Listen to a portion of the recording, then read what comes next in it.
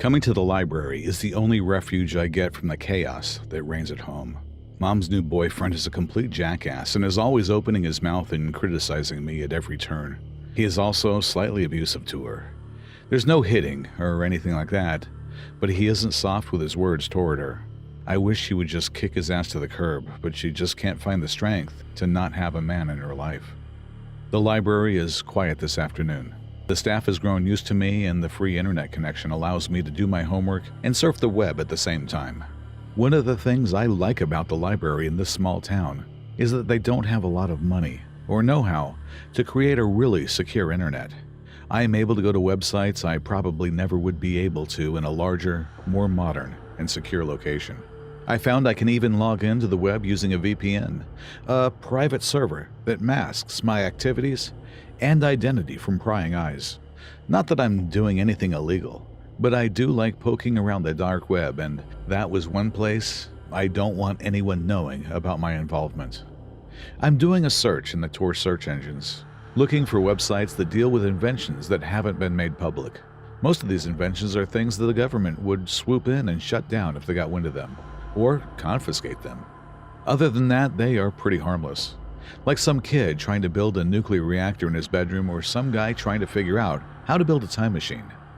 The kid has absolutely no source for the fuel for his reactor, and the other guy doesn't want to accept that time travel is against all laws of physics. But it is fun to read. I put in a search for time travel experiments and notice a link to a site that looks out of place. It appears to be a news site, not the usual thing you would see on the dark web. The part that caught my eye was the date under the link. It was 3 days from now. Obviously, it was a mistake by the site. I'm not sure why, but I clicked on the link and waited for the site to open. When it did, it looked like a text version of a regular news site, but from a news source I'd never heard of. Most of the stories were pretty ordinary, and the dates under their headlines appeared to be correct, with today's date. But the story, which showed up in the search engine snippet, had that same date about 3 days in the future. That wasn't the only thing that I found intriguing. The story was about a woman that had been killed in her apartment, but the police were saying it wasn't an ordinary murder. It seemed as if a wild animal had gotten into her apartment and torn her to pieces. The story even had the day and dates wrong. It said the murder had occurred last night, Saturday, but today is only Wednesday. I looked at the story again, figuring that it had happened last week, but I hadn't heard anything about a murder like this in the past few days. If something like this had happened in this small city, the news wouldn't have escaped my ears. I read the story again and then began to think someone was playing an elaborate hoax. It was the only explanation, but why somebody would hoax a story like that was amazing to me. Some people can play some pretty sick jokes, and this appeared to be one of them. I looked at my phone and saw that I had less than an hour before the library closed, and I wanted to get my math homework finished before I go home. There was no way I'd be able to get it finished at home. Sunday morning came bright and early with the buzzing of my phone on my bedside table. It was only 7 in the morning and I had no reason to get up, so whoever was calling me and disturbing my lazy Sunday morning was about to get an earful. I look through my half-closed eyes at the display and see it's Jackie. Why she would be calling me this early on a Sunday was a mystery. "Hello," I grunted on the phone. "Mal, wake up, man. You remember that story you told me a couple days ago?" "What?" I said, still trying to shake the sleep from my head. "What story?" "The one about the woman that got killed here in town and looked like a wild animal had done it." "Oh, yeah," I said as I rolled onto my back. "Mal, she's dead, just like you said." Sleep evaporated from my eyes instantly as I sat up in bed. "What do you mean she's dead?" "Just like you described it. Some woman who lives about 3 blocks from your house." "Oh, shit. You haven't told anyone what I told you, have you? Someone like your dad?" "No, Mal, why?" "Because if the police found out I knew about this before it happened, they would be looking very closely at me as a suspect." I heard Jackie giggle on the other end of the call. "You didn't kill her, did you?" "Good God, no! What kind of person do you think I am?" "I'm just yanking your chain." "Hey, I'm gonna have to call you back. I need to find a paper or watch the news." "Okay, call me later." After logging on, I go to the website for the local newspaper, and the main story is about a murder. And even though I don't have the dark web story in front of me, I'm pretty sure it's the same story. word for word. It's Sunday and the library is closed. I have no other place to log into the dark web and can't chance it here at the house. The best I'm going to be able to do is to get up early tomorrow and get to the library when they open. I'll have about an hour before I must leave and head for school. Reading through the story again, it was so surreal to me. How could I possibly see a story about a murder that wasn't going to occur until 3 days later? The hairs on the back of my neck stood up, telling me the answers to that question were probably best left alone. Monday morning couldn't come soon enough for me, and now I'm sitting in my usual spot, in the dark, back corner of the library. But I'm not alone this time. Jackie is sitting in a chair next to me, watching as I log into the dark web and begin moving toward the news site I'd seen a few days earlier. Before I pull the site up, I look at her and ask, "You sure you want to see this?" "Yes, it's probably going to be nothing. What are the chances there will be another story about something happening in the future?" She had a point. I clicked the link and the same news site opened. The third headline dealt with a murder, but now it was current, or even past news. It happened a couple of days ago, so it was moving down on the front page in order of importance. I was about to click on the story link to see if anything had changed in the story, but Jackie gasped, and this made me look. The story was dated for Wednesday night, this coming Wednesday, not last week. The headline read, "Serial Killer Strikes Again." One thing I did not want to do was click the link, but it was clear I had to. My fingers trembled and I moved the mouse to the link and was about to press the button, but Jackie reached over and put her hand on mine. "Do we really want to see this?" she asked. I pulled my hand away from the mouse and looked at her. "I don't know, Jackie. The other day I thought this was just a joke or hoax, but now, obviously it's not. But what could it be?" I just shook my head. I had no idea what we were looking at. "Maybe the killer works at this news site," she said, "and they're planning the stories." That might be true, but I can't believe I'm the only one seeing these stories. There must be a lot of other people seeing this, and someone would call the cops. It's the dark web, Mal. Some of the sick people that slither around in here live for this kind of thing. Like me. I didn't mean you. I know, and you're right. There are a lot of people moving around the dark web I wouldn't want to know in real life. She looked back at the screen and shook her head. "We have to look at it." "Are you sure?" I asked. "Yes, though it scares me." "Me too," I said as I clicked the link. The story opened and we began reading. It told of an old man living by himself in the eastern part of the city that was attacked and killed in his home. Much like the other murder, he had been torn apart just like the woman had been. The police had no leads, and now the city was terrified that some new serial killer was on the loose. "Look here, just under the headline." I looked, and it said the story had been viewed by over 100 subscribers. That answered the question of whether we were the only ones that knew of this. "We have to tell someone about this," she said. "But who? Anyone we tell will just think we're crazy. You're forgetting the most obvious person to tell." It took me only a second to realize who she was talking about. I almost felt like slapping myself upside the head when it dawned on me. She pulled her phone from her purse and dialed, switched it to speaker mode, but turned it down so we were the only ones who could hear it. "Smithville Police Department, how may I direct your call?" "I need to speak to Detective Miller." "Hold, please." This is Detective Miller." "Daddy, it's Jackie." "Hey, what's up, Pumpkin?" "I need you to come to the library. Mal and I have something you need to see." I guess he could tell from her voice that this was something serious, because all he said was that he'd be right there. It only took him 10 minutes to get there because the library is only a couple blocks from the police station. I think he even walked here. When he found us in the back of the library, he pulled up a chair and asked, "What's up, kiddos?" Jackie pointed at the screen and he leaned in to read the story. "Is this some kind of joke?" "Sir," I said, "I wish it was. You noticed the date, right?" "Yeah, a couple days from now." He reached into his pocket and pulled out his smartphone and took a picture of the screen, and then made sure to zoom in on the name of the victim and his address. "I don't know what this is about, but I intend to find out," he said. "Sounds like someone is playing a joke here, and because of what happened to that woman the other night. I don't like it." "Tell him, Mal." said Jackie. He looked at his daughter, and then at me. Tell me what? I swallowed my fear, not because I felt concerned, but because I could see he thought this was still a joke, and I didn't want him leaving and not taking it seriously. Sir, that woman that died the other night, I read a story just like this last Wednesday. You did? You read a story like this 3 days before she was killed? Yes, sir. And I thought it was a joke too, until I saw the news yesterday and realized it wasn't.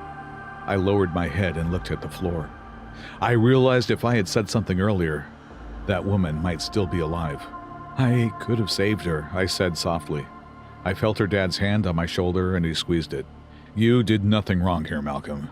How could you know it was real? But now I need to figure out a way to keep this man safe and catch the bastard who's doing this. He stood up, leaned over, and kissed Jackie on the cheek. Be safe, young lady. I'm going to work. Okay, Daddy. Catch this person. You know I will. We watched as he walked away and turned around one of the stacks and was gone. Jackie looked at her phone and said, I hate to say this, but we have to go or we'll be late for school. School? Who could possibly think about school right now? I packed up my laptop into my bag and we left the library. When we reached the bottom of the steps in front of the library, we could see her dad walking quickly toward the station. Jackie snaked her arm through mine and said, Come on, he'll catch the killer, but we still need to go to school. I don't think I have ever experienced a day in school that felt longer than this one, or the next day. Wednesday came and went. Jackie's dad got to the victim's house early in the afternoon and hid himself in one of the back bedrooms. Unmarked police cars were less than a minute away, around 8 in the evening. The detective heard some glass breaking in the bedroom next to where he was, and he waited until he heard someone come out of the room and start down the hallway. Whoever it was, they were trying to move as quietly as possible, and when they passed the other bedroom, heading for the living room, Jackie's dad slipped out of his hiding spot and followed the guy. When he stepped up behind the killer, he pressed his gun against the back of the guy's head and told him it was over and not to bother looking for the old man because he hadn't been in the house for hours. This guy had come to the house fully prepared to do what he had planned. He had a backpack full of knives and cleavers. He was dressed in black from head to toe, including the standard black ski mask that bad guys like to wear. When he felt the gun against the back of his head, the guy started laughing and said, You really think this is over? It's just getting started. Jackie's dad called in the backup, and within a minute they had the guy down and handcuffed, ready to take away. When they pulled the ski mask off his face, they saw he was just some punk they had dealt with before. He liked to cause minor mayhem, but nothing that came anywhere close to murder. The whole time they were dealing with him, from when they cuffed him until they stuffed him in the back of a patrol car, he never stopped laughing. Where was I during all this? Right now, I'm sitting in the library watching the computer screen. I want to see the story change or disappear altogether. Jackie is at home, praying like she always does for her daddy to make it home safe. For some reason tonight, she felt the need to put in some extra time asking heaven for a favor. My phone chimed and it's a text message from her dad saying they caught the guy and it was over. Breathing a sigh of relief, I sat back in the chair and rubbed my eyes. Thank God, as I sat there with my eyes closed, I heard a chime from my laptop. There was a text box in the middle of the screen. Do you really think it would be that easy to catch me? You should have just sat back and watched like all the others, but you decided to do more than watch. Well, watch this. The story on the screen began to change.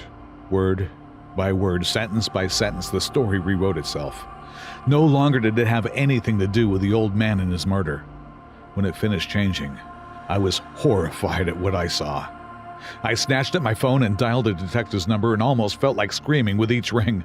Finally, after a few seconds, he answered. Hey, Malcolm, thanks for helping us. Sir, the story changed. What does it say now? Sir, it's Jackie. It was only by sheer chance that one day while at college, a friend of mine suggested checking out the dark web, see if they could come up with any suggestions on how to unwind, Little did I know that the dark web itself would become my coping mechanism. The anonymity gave me a thrill I'd never felt before. I needed to ride this out and see where it took me. I started light. I searched a few message boards, which were pretty vanilla, but then a comment caught my eye. It was on a post from a supposedly spurned lover who wanted to exact revenge on someone. Amongst the usual comments of "have a go hitman" and offers to hack their personal computers, one comment stood out. It read, "You can try your luck with any of these, but if you really want to get back at them, really want to hurt them in ways they will just know it was from you, click here. I'll be waiting." Out of curiosity, I clicked the link. The screen went black to begin with, and just as I was about to give up hope, I noticed a very small, almost unnoticeable blinking dot in the bottom corner of the screen. I hovered over the dot and clicked it. A new message board sprang to life on the screen, but this one was different. I can't quite explain it, but I could almost instantly tell that this was the real deal. I skimmed a few of the messages posted. It ranged from people placing bids on executing someone right through to people offering insane amounts of money for adoption without the legal work.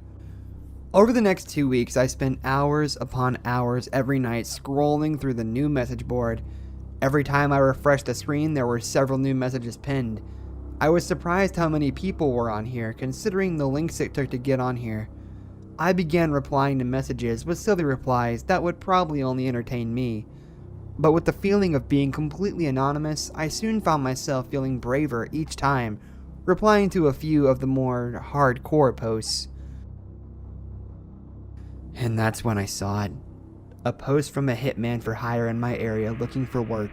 Without thinking, I messaged him. I had to see if he was the real deal. I made up a story about my neighbor and some rumors that were flying around, and that he needed to be off the streets. It took a while for the guy to reply, but instead of replying in the normal way like everyone else had before him, Notepad on my computer opened up on its own, and I watched in sheer terror as it began to type on its own. Somehow he had gained control of my computer and was now typing on a completely unattached program. I suppose to show his authenticity, but whatever the reason, it certainly did the trick of scaring me. Out of panic, I turned off the monitor and sat there in silence. The monitor came back on with a simple message typed out on Notepad. "Are you still there? Do you still want him removed? My fee is $15,000 for the first one, then I charge depending on circumstance." I sat, open-mouthed, staring at the screen. The next message that popped up made my blood run cold. "I can be at the address within the hour. I'm only a few blocks away." I hadn't told him the address yet. How in the hell did he know where I was? I frantically typed that I wanted to back out, that I wanted to deal with it another way, but he insisted. He dismissed my plea with a simple message saying, "See you soon." I dove at the light switch, plunging my room into darkness. From there, I made my way across to the window and partially opened the curtains, peering out into the moonlit street. I barely took in a breath for fear of making too much noise. After what seemed like an eternity, a blacked-out old Pontiac made its way into our street. We're fortunate enough to live in a cul-de-sac, which meant any car that came down here was rarely here without purpose. It drove silently, then effortlessly it came to a stop. No more than 3 houses away from my house, and directly opposite my house, the intended target. A light was on in the downstairs back room. I suspect someone must have came downstairs for a drink, perhaps. I hadn't even given it a second thought to the people who lived across the road. In the throes of conversation with the hitman, I had just loosely described their house and mentioned they lived opposite me.